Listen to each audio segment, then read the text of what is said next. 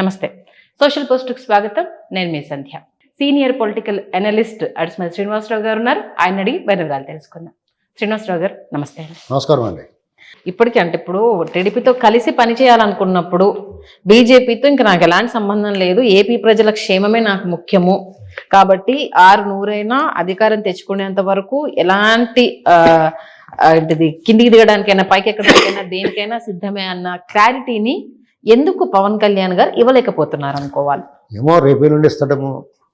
Time చాలా తక్కువ ఉంది కదా మేము చెప్పేది అది. ఎందుకంటే ఇప్పుడు మీరే అన్నారు అవతల వాళ్ళు అధికారం చేతిలో ఉంది, వ్యవస్థల్ని మేనేజ్ చేస్తున్నారు, ఉన్న వాళ్ళని ఇబ్బంది పెడుతున్నారు అనేసి అన్నప్పుడు నా చిన్న డౌట్ ఇక్కడ కంప్లీట్ క్యాడర్ కి ఒక చిన్న సపోర్ట్.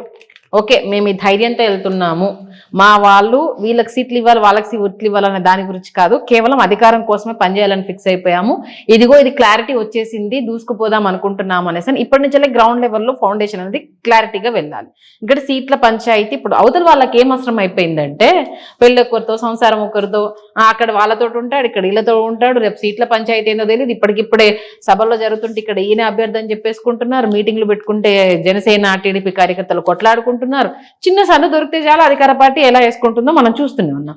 బట్ ఇంకా చాలా తక్కువ టైం, ఇప్పుడు ఫిబ్రవరిలోనే రావచ్చు అని అధినేత చెప్పినప్పుడు చాలా తక్కువ టైం ఉన్నప్పుడు ఒక పొత్తు విషయానికి సంబంధించి క్లారిటీగా ఇప్పటికీ దాని విషయంలో ఒక మెసేజ్ జనాల్లోకి వెళ్ళట్లేదు అన్నది ఒక చిన్న ఫీలింగ్. దీనికి ఏమంటారు? ఇప్పుడు పవన్ కళ్యాణ్ గారు టీడీపీ కలవకూడదని వాళ్ళు కోరుకుంటున్నారు. అదే కోరుకుంటున్నారు కదా, మీరు విడిగా రండి ఒకళ్ళు రండి అంటారు కదా, వాళ్ళు సంతోషించాలి కదా వాళ్ళు దెబ్బలాడుకుంటే. పైగా వీళ్ళు బీజేపీ గురించి టీడీపీకి స్పష్టంగా ఉన్నారు. వాళ్ళు అనేకసార్లు వాళ్ళ ప్రతినిధులు చర్చల్లో చెప్తున్నారు బీజేపీతో మాకేమీ అటువంటి పొత్తు లేవు, ఇప్పటివరకు మాకు పవన్ కళ్యాణ్ గారితో పొత్తు ఉంది అని చెప్తున్నారు. బీజేపీ వాళ్ళు కూడా ఏం చెప్తున్నారు, మాకు టీడీపీతో ఏం లేదు, పైగా మేమే అధికారంలోకి వస్తాం, మాకు పవన్ కళ్యాణ్ గారితో పొత్తు ఉందన్నారు. ఇక్కడ పవన్ కళ్యాణ్ గారు తెలుసుకోవాలని మీరు అంటున్నారు. నిన్న కాక మొన్న తెలంగాణ ఎన్నికల్లో బీజేపీతో పొత్తు పెట్టుకుని అక్కడ ఏ రకమైన పరాభవం జరిగిందో చూసుకున్నాడు ఆయన. వాళ్ళు దగ్గరుండి అవతల వాళ్ళకి ఓట్లు వేయించారు అనేటువంటి స్పష్టంగా తెలిసిపోయింది. ఈసారి అతను నిర్ణయం తీసుకుంటాడు. ఓకే, ఇప్పుడు ఇక్కడ కేంద్ర ప్రభుత్వంలో లాల్ బహదూర్ శాస్త్రి గారు, వాజ్పేయి మహాశయుడు, మన్మోహన్ సింగ్ గారు, పివి నరసింహారావు గారు, విపి సింగ్ గారు, ఇలాంటి వాళ్ళు కాదండి పైన ఉన్న వాళ్ళు. ఈ దేశం చేసుకున్న దురదృష్టవశాత్తు కొత్త రకరకాల వ్యక్తులు అక్కడ ఆడంబరము, అతిశయము, అధికార మతము, అధికార దురహంకారము, అణిచివేత, నిరంకుశము, అప్రకటిత ఎమర్జెన్సీని నడిపిస్తున్న వాళ్ళు ఉన్నారు అక్కడ. కాబట్టి కొంత ఆలోచన చేస్తారు. వాళ్ళకి ఒక ఓటు లేకపోయినా కానీ వాళ్ళ ప్రస్తావన ఎందుకు వస్తుంది అనుకుంటున్నారు? ఆంధ్రప్రదేశ్లో మామూలుగా వాళ్ళు పట్టించుకోరు ఎవరు ఉన్నాయి. కేఏ పాల్ గారి పార్టీ అంతా బీజేపీ అంతే ఆంధ్రప్రదేశ్లో ఓట్ల పరంగా. కానీ వాళ్ళు కేంద్రంలో అధికారులు ఉన్నారు, వాళ్ళ చేతుల వ్యవస్థలు ఉన్నాయి. కాబట్టి వాళ్ళు ఏం మ్యాజిక్ చేస్తారో, ఏం మాయ చేస్తారో, ఏ దుర్మార్గం చేస్తారో. పైగా వాళ్ళు మీ అమ్మ చిన్నప్పుడు మీరు అన్నం తినకపోతే ఏం చెప్పేది, చూపిస్తే చందమామనన్నా చూపించేది, బూచోడు వస్తాడని చెప్పేది. అలాగా ఇక్కడ బూచోడు పెట్టారు వాళ్ళు. మీరు మాతో పొత్తు పెట్టుకోకపోతే బూచోడికి అప్పచెప్పేస్తామంటున్నారు. అంచేత వీళ్ళు ఆలోచిస్తున్నారు అంతే తప్ప వాళ్ళకి ఏదో ఓట్లు ఉన్నాయి, వాళ్ళకి సీట్లు వస్తాయి అని చెప్పేసి ఏమీ కాదండి. ఒక్కసారి అధికారాంతం అయితే అయ్యవారు చిందులు అప్పుడు చూడాలి. ఇక్కడ చూస్తున్నాం కదా, అక్కడ అలాగే ఉంటుంది. ప్రతిపక్షానికి కూడా మైనస్లు ఉంటాయి, ప్లస్లు ఉంటాయి. మీ అంచనా ప్రకారము అంటే అటు జనసేన అధినేత పవన్ కళ్యాణ్ గారికి కావచ్చు, చంద్రబాబు నాయుడు గారికి కావచ్చు, కలిసి వచ్చే అంశాలు ఏంటి, ఇంకా మెరుగుపరుచుకోవాల్సిన విషయాలు ఏంటి? వాళ్ళు ప్రధానంగా కలిసి వచ్చే అంశం ఏంటి చెప్పమంటారా? తెలుగుదేశం పార్టీలో యూత్ కొంచెం తక్కువ ఉంటారు ప్రస్తుతం. అది ఫిలప్ జనసేన వల్ల జరుగుద్ది. ఓకే, పోలీసు వాళ్ళు కానీ లేకపోతే వీళ్ళు ఎవరన్నా అరాచకంగా మీదకి వచ్చారనుకోండి, రాయి తీసి కొట్టేస్తాడు. నేను కొట్టలేను కదా, అది మీరు కొట్టలేరు కదా, చదువుకున్న వాళ్ళు ఇప్పుడు ఇక్కడ బయట తిరిగి వాళ్ళు పక్కన కొట్టలేరు కదా. పోలీసు వాళ్ళు కూడా భయం వేద్దాయి, ఆడితో ఎందుకురా బాబు రాయిచి కొట్టేసి ఇలా ఉన్నాడు అంటే ఆడు దెబ్బలాడికి వెళ్తాం మానేస్తాడు.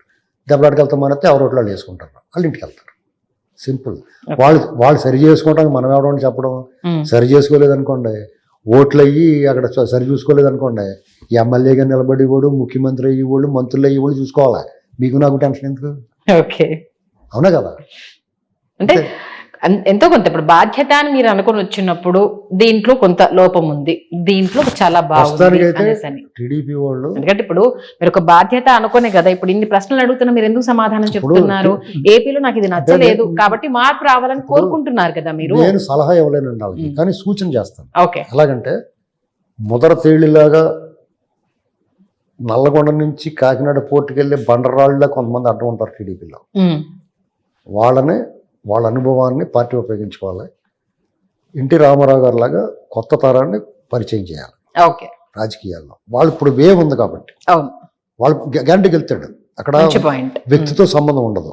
రామారావు గారు కూడా ఆ వేవ్లో ఏం చేయారు, డాక్టర్లని, ఇంజనీర్లని, లాయర్లని, లెక్చరర్లని, ఇలాగా విద్యావంతులందరినీ తీసుకొచ్చి పెట్టి రాజకీయాన్ని బడుగు బలహీన వర్గాలకు అవకాశం కల్పించి ఆయా వర్గాల నుంచి నాయకత్వాన్ని తయారు చేసి ఈ రాష్ట్రంలో రాజ్యాధికారం వాళ్ళకి పంచాడు.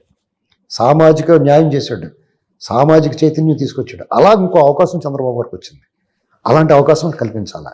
అలాగే పవన్ కళ్యాణ్ గారు కూడా ఆయన ఆల్రెడీ చెప్పాడు, ఈ పొత్తు విఫలం అవ్వకుండా నోరు మూసుకుని ఉంటారు, ఎవరు ఎక్కువ మాట్లాడకుండా జాగ్రత్తగా పనిచేయండి అని. వీళ్ళు ప్రస్తుతం వాళ్ళ ఉమ్మడి శత్రువుని ఎదుర్కొని తర్వాత జయలలిత, విజయకాంత్ లాగా అధికారము ప్రతిపక్షం ఈ కూటమి ఉండి భవిష్యత్తులో ఆయన ట్రై చేసుకోవచ్చు, తప్పలేదు పవన్ కళ్యాణ్ గారు. ఎందుకంటే జగన్మోహన్ రెడ్డి ఎదుర్కోవడం కంటే కూడా పవన్ కళ్యాణ్ గారు టీడీపీని ఎదుర్కోవడం ఈజీ. ఎందుకంటే వాళ్ళకి కొత్త మద్యం తెలియదు.